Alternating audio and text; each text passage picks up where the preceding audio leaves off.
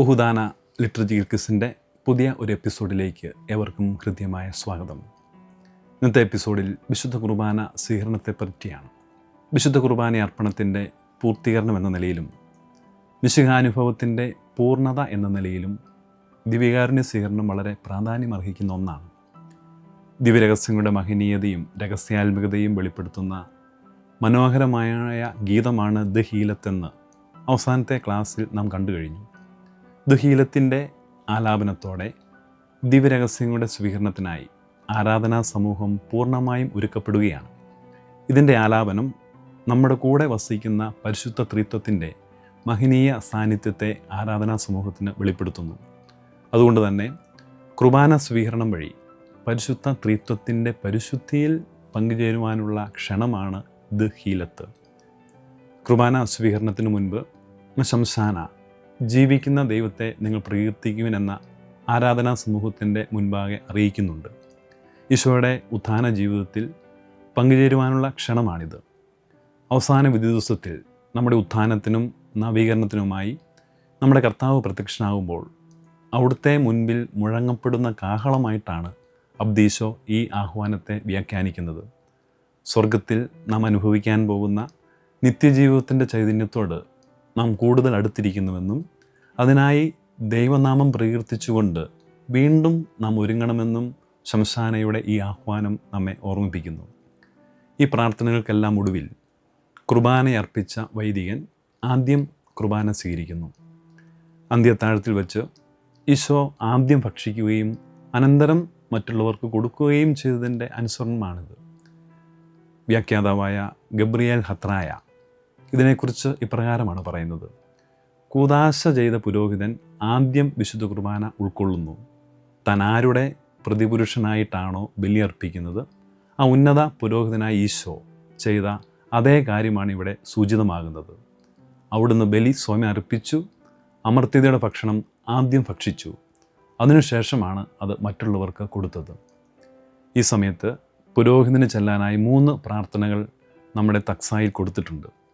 ഈ പ്രാർത്ഥനകൾ ദിവ്യകാരുണ്യ സ്വീകരണത്തിൻ്റെ യഥാർത്ഥ അർത്ഥം നമുക്ക് പറഞ്ഞു തരുന്നുണ്ട്. ഈ ദിവ്യകാരുണ്യ സ്വീകരണം ശിക്ഷാവിധിക്ക് കാരണമാകാതെ കടങ്ങളുടെ പൊറുതിക്കും പാപങ്ങളുടെ മോചനത്തിനും കാരണമാകട്ടെ എന്നാണ് ഒന്നാമത്തെ പ്രാർത്ഥനയിൽ വൈദികൻ പ്രാർത്ഥിക്കുന്നത്. രണ്ടാമത്തെ പ്രാർത്ഥനയിൽ 3 കാര്യങ്ങളാണ് വൈദികൻ എല്ലാവർക്കും വേണ്ടി പ്രാർത്ഥിക്കുന്നത്. ഒന്നാമത്തെ, നിൻ്റെ ശരീരത്താൽ ഞങ്ങളുടെ ശരീരങ്ങളെ പൗത്രീകരിക്കണമേ. രണ്ടാമതായി, നിൻ്റെ അമൂല്യ രക്തത്താൽ ഞങ്ങളുടെ കടങ്ങൾ മോചിക്കണമേ. മൂന്നാമതായി, നിൻ്റെ കൃപാതിരേകത്താൽ ഞങ്ങളുടെ മനസ്സാക്ഷിയെ നിർമ്മലമാക്കണമേ. മൂന്നാമത്തെ പ്രാർത്ഥനയിൽ പുരോഹിതൻ തൻ്റെ അയോഗ്യത ഏറ്റുപറയുന്നതിനോടൊപ്പം തൻ്റെ കയ്യിലിരിക്കുന്ന അനുഗ്രഹങ്ങളുടെ നിക്ഷേപമായ കുർബാനയുടെ എല്ലാ യോഗ്യതകളും തനിക്കുണ്ടാകണമേ എന്ന് പ്രാർത്ഥിക്കുകയും ചെയ്യുന്നു. അങ്ങനെ വിശുദ്ധ കുർബാന സ്വീകരണത്തിലൂടെ ആരാധനാ സമൂഹത്തിന് മുഴുവൻ ലഭിക്കുന്ന വലിയ അനുഗ്രഹങ്ങളുടെ വ്യാഖ്യാനം കൂടെയാണ് പുരോഹിതൻ്റെ ഈ 3 പ്രാർത്ഥനകളും. പുരോഹിതൻ വളരെ അർത്ഥവത്തായ ഈ പ്രാർത്ഥനകൾക്കും അദ്ദേഹത്തിൻ്റെ കുർബാന സ്വീകരണത്തിന് ശേഷം കുർബാന സ്വീകരണത്തിനായി ഒരുങ്ങി നിൽക്കുന്ന ആരാധനാ സമൂഹത്തെ പുരോഹിതൻ തൻ്റെ അനുഗ്രഹത്തിൻ്റെ കരമുയർത്തി ആശീർവദിക്കുന്നു. പുരോഹിതൻ ഇപ്പോൾ നടത്തുന്ന ഈ ആശീർവാദത്തെക്കുറിച്ച് പിതാവായ നർസൈ ഇപ്രകാരം പറയുന്നു: അനുഗ്രഹിക്കാൻ ഉയർത്തപ്പെട്ടിരിക്കുന്ന പുരോഹിതൻ്റെ കൈകളിൽ ജീവൻ്റെ നിധി ഒളിഞ്ഞിരിക്കുന്നു. അദ്ദേഹത്തിൻ്റെ ആശീർവാദത്തിലൂടെ നിത്യജീവനിലേക്കുള്ള വാതിൽ തുറക്കുന്നു. എത്ര സുന്ദരമാണ് ഈ വാക്കുകൾ! ദിവ്യകാരുണ്യ സ്വീകരണം വഴി ആരാധനാ സമൂഹം മുഴുവൻ നിത്യജീവിതത്തിന് ഉടമകളാകുന്നു. ഈ ആശീർവാദത്തോടു കൂടി ദിവ്യകാരുണ്യ സ്വീകരണത്തിനുള്ള പ്രദക്ഷിണം ആരംഭിക്കുകയാണ്. ഈ പ്രദക്ഷിണം 2 ലോകങ്ങളുടെ സംഗമമാണ്. സ്വർഗവും ഭൂമിയും തമ്മിൽ സംഗമിക്കുന്ന ഏറ്റവും മഹനീയമായ നിമിഷം. നിത്യജീവൻ്റെ ദാനങ്ങളുമായി സ്വർഗം ഭൂമിയെ സമീപിക്കുമ്പോൾ വലിയ സന്തോഷത്തോടെ ഭൂവാസികൾ സ്വർഗത്തെ സമീപിക്കുന്നു. ഈ സുന്ദര നിമിഷത്തെ നർസായി ഇങ്ങനെ വ്യാഖ്യാനിക്കുന്നു: ആഡംബരത്തോടും ബഹുമാനത്തോടും കൂടെ പുരോഹിതന്മാരുടെയും ശംശാനമാരുടെയും അകമ്പടിയോടുകൂടെ കാസയിലും പിലാസയിലും വിശുദ്ധ വസ്തുക്കളുമായി പുരോഹിതൻ പുറപ്പെടുന്നു. നമ്മുടെ കർത്താവ് ഈശോ മിശിഹായുടെ ശരീരത്തിന് മുൻപാകെ ആയിരക്കണക്കിന് മാലാഖമാരും അഗ്നിമയന്മാരും അരൂപികളുമായ ശുശ്രൂഷകരും പുറപ്പെടുന്നു. അൾത്താരയിൽ കർത്താവിൻ്റെ ശരീരം ഒരുക്കി വച്ചിരിക്കുന്നത് കാണുമ്പോൾ സഭാമക്കൾ ഒന്നായി സന്തോഷിക്കുന്നു. സ്വർഗം ഭൂമിയിലിറങ്ങുന്ന ഈ സുന്ദര നിമിഷത്തിൻ്റെ ഏറ്റവും മനോഹരമായ ഒരു പ്രഖ്യാപനമാണ് നർസായിയുടെ ഈ വ്യാഖ്യാനങ്ങൾ.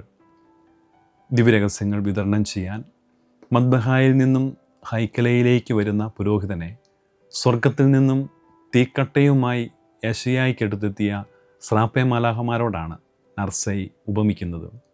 ഈ സമയം ആരാധനാ സമൂഹം വലിയ ഭയത്തോടും ഭക്തിയോടും കൂടെ മദ്ബഹായുടെ കവാടത്തിലേക്കെത്തുന്നു. ദൈവത്തിൻ്റെ കാരുണ്യം കാണുന്ന ജനം ആവേശത്തോടെ ദൈവത്തിൻ്റെ മേശയെ സമീപിക്കുന്നുവെന്ന് അർബേലിലെ ജോർജ് പറയുകയാണ്. സഭ തൻ്റെ മക്കൾക്ക് രക്ഷയുടെ വലിയ വിരുന്നൊരുക്കുന്നു. തിരുശരീര രക്തങ്ങൾ വിതരണം ചെയ്യുമ്പോൾ ചൊല്ലുന്ന പ്രാർത്ഥന ഈ കുർബാന സ്വീകരണം വഴി സഭാതനിയർക്ക് ലഭിക്കുന്ന അനുഗ്രഹങ്ങളെ നമ്മുടെ മുൻപിൽ അവതരിപ്പിക്കുന്നു. മിശിഹായുടെ ശരീരവും രക്തവും കടങ്ങളുടെ പൊറുതിക്കും നിത്യജീവനും കാരണമാകട്ടെ.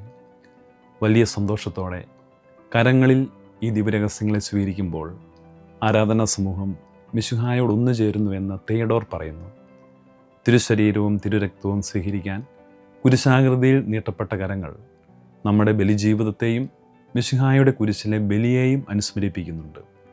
ഗബ്രിയേൽ ഹത്രായ ഇങ്ങനെയാണ് അതിനെ വ്യാഖ്യാനിക്കുന്നത്: നാം അപ്പവും വീഞ്ഞും കരങ്ങളിലെടുക്കുമ്പോൾ അവനെ നാം ചുംബിക്കുകയും ആശ്ലേഷിക്കുകയും ചെയ്യുന്നു. പിന്നീട് അവൻ്റെ ശരീരം നമ്മുടെ ശരീരത്തിലും അവൻ്റെ രക്തം നമ്മുടെ രക്തത്തിലും കലരുന്നു. അങ്ങനെ ദിവ്യകാരുണ്യ സ്വീകരണം ദൈവവും മനുഷ്യനും തമ്മിലുള്ള അഗാധ സ്നേഹത്തിൻ്റെയും ഒന്നിച്ചു ചേരലിൻ്റെയും മഹത്തായ നിമിഷങ്ങളായി മാറുന്നു. കുർബാന സ്വീകരണത്തിന് ശേഷം ആലപിക്കുന്ന തെസ്ബോഹത്ത്, അതായത് സ്തുതിഗീതം, ഈ കുർബാന സ്വീകരണത്തിലൂടെ നമുക്ക് ലഭിച്ച അനുഗ്രഹങ്ങൾക്കുള്ള നന്ദി പറച്ചിലും തുടർന്ന് വിശുദ്ധ കുർബാനയുടെ ജീവിതം നയിക്കുവാനുള്ള ആഗ്രഹം പ്രകടിപ്പിക്കലുമാണ്. ഒപ്പം ആരാധനാ സമൂഹത്തെ അനുഗ്രഹങ്ങൾ കൊണ്ട് സമ്പന്നമാക്കണമേ എന്നുള്ള യാചനയും കൂടെയാണ്. നമ്മുടെ കുർബാന പുസ്തകത്തിൽ കൊടുത്തിരിക്കുന്ന 3 തെസ്ബോഹത്തകളിൽ ആദ്യത്തേതിൽ നാം ഇങ്ങനെ പ്രാർത്ഥിക്കുന്നുണ്ട്: ഞങ്ങളുടെ കർത്താവെ, കടങ്ങളുടെ പൊറുതിക്കായി വിശുദ്ധ കുർബാന സ്വീകരിച്ച ഞങ്ങളുടെ കൈകളെ ശക്തമാക്കണമേ. ദൈവമായ നിനക്ക് എല്ലാ ദിവസവും സത്ഫലങ്ങൾ സമർപ്പിക്കുവാൻ അവയെ യോഗ്യമാക്കണമേ. വിശുദ്ധ സ്ഥലത്ത് കീർത്തനം പാടിയ ഞങ്ങളുടെ അധരങ്ങളെ സ്വർഗത്തിൽ നിന്നെ സ്തുതിക്കുവാൻ അർഹരാക്കണമേ. നിന്റെ സ്തുതികൾ കേട്ട കാതുകൾ ശിക്ഷാവിധിയുടെ സ്വരം കേൾക്കാതിരിക്കട്ടെ. അങ്ങനെ തുടരുകയാണ്. നിത്യജീവിതത്തോട് ബന്ധമുള്ളവരായി ഈ ലോകത്തിൽ തുടരാനുള്ള താല്പര്യമാണ് ഇവിടെ നാം കാണുന്നത്. തുടർന്ന് സ്തുതിയും കൃതജ്ഞതയും അർപ്പിക്കാനുള്ള ശംശാനയുടെ ഉദ്ബോധനത്തിന് മറുപടിയായി അവർണ്ണനീയമായ ഈ ദാനത്തെക്കുറിച്ച് നിനക്ക് സ്തുതിയെന്ന് ആരാധനാ സമൂഹം മറുപടി പറയുന്നു. അളവറ്റ നന്മയുടെ ഉറവിടമായ കുർബാനയുടെ അർപ്പണം നമുക്കും നിത്യജീവന് കാരണമാകട്ടെ. ഈശോ മിശിഹായ്ക്ക് സ്തുതിയായിരിക്കട്ടെ.